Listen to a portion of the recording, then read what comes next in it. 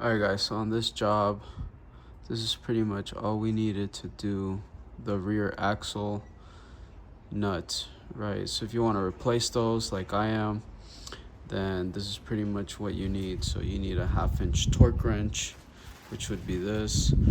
It doesn't need to be digital, but I have a digital. So 1/2 inch torque wrench, 1/2 inch ratchet breaker bar, or a 1/2 inch ratchet with a breaker bar extension, some needle nose pliers, and then the axle nut socket, which is a 55 mm. And that's pretty much all you guys need for this job. Alright guys, so today we're gonna be replacing these rear axle nuts to a CNC red ones. The most important part there would be making sure that it's torqued to spec.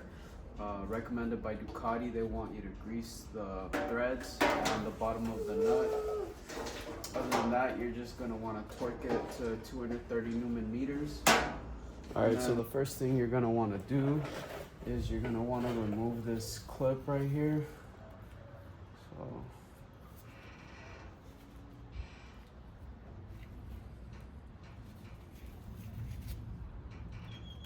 and just pop it out like so. So you pull this and then it should just slide off. There it goes.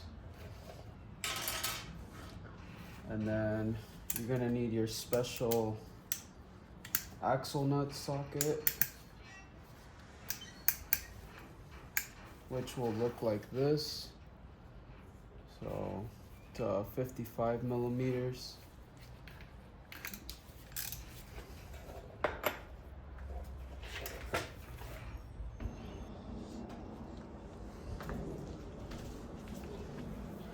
Alright, so after fighting it, I was able to break it loose.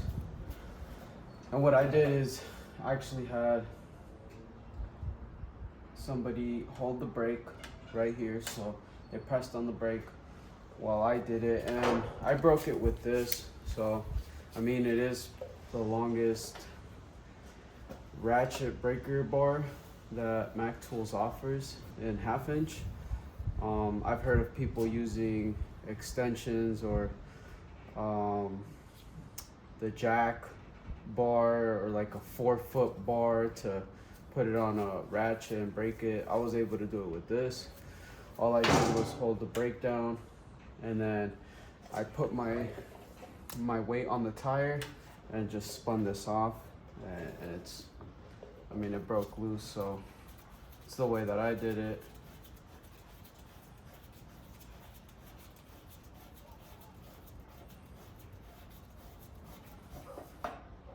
These stock ones to some red ones. There's different colors, but I was trying to make it match, so that's why I'm doing it. Just from the old grease.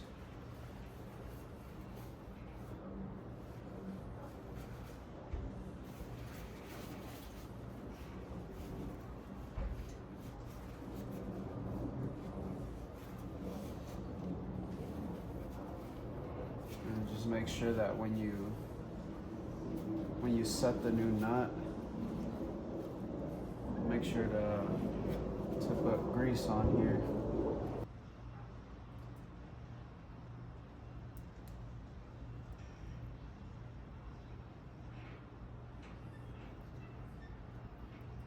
So I just added a good decent coat, not too much, and I applied it on the inside threads as well.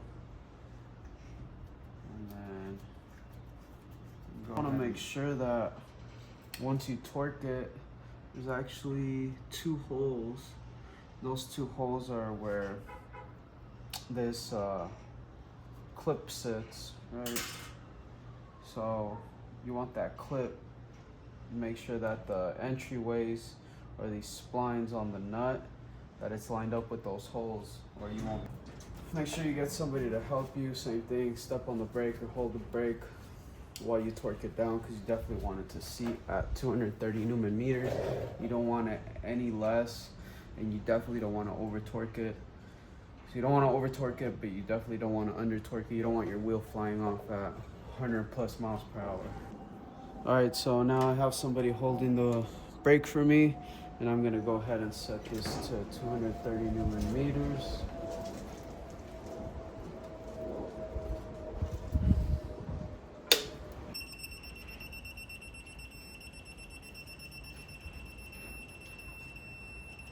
So after you torque it to 230 Newton meters, you're good to go. As soon as you get done torquing it, you can put the clip back on. So the side that goes up and down or vertically goes into position first.